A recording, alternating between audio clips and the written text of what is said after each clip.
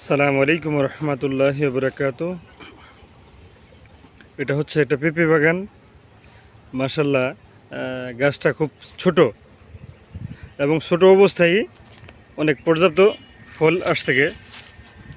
মাশাল্লাহ দেখেন, প্রতিটা গাছ এরকম। আর গাছে অনেক বড় এরিয়া, খুব সুন্দর দেখতে। যাদের জায়গা আছে আমি আশা করি ওনারা এরকম করতে পারেন। আর মূলত এটা হচ্ছে লেবু বাগান। এটা হচ্ছে লেবু বাগান। লেবু বাগানের মাঝখানে পেঁপে বাগান করা হয়েছে। আবার তারপরে এখানে দেখেন এই যে মরিচ গাছ রোয়া হয়েছে, রোপণ করছে। তারপরে এই যে লেবু গাছ, এই পেঁপে গাছ ছোট অবস্থায় মাশাআল্লাহ এই পেঁপে আসছে অনেকগুলা। আর ওই যে মরিচ গাছ, খুব সুন্দর, অনেক বড় এরিয়া। আর এই জায়গার লোকেশনটা হচ্ছে সৈয়দপুর থেকে এনায়েতপুরের রাস্তায়। খুব বড় এরিয়া, তবে দেখার মতো আর কি। যদি কেউ দেখতে আসেন আশা করি দেখতে পারবেন।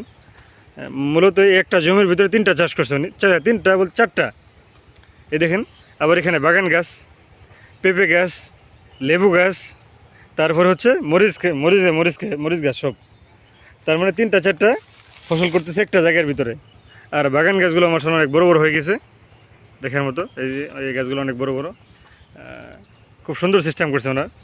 মাশাআল্লাহ দেখার মতো। যদি কারো দেখতে ইচ্ছা করে এসে দেখতে পারবেন ইনশাআল্লাহ। আল্লাহ হাফেজ, আসসালামু আলাইকুম।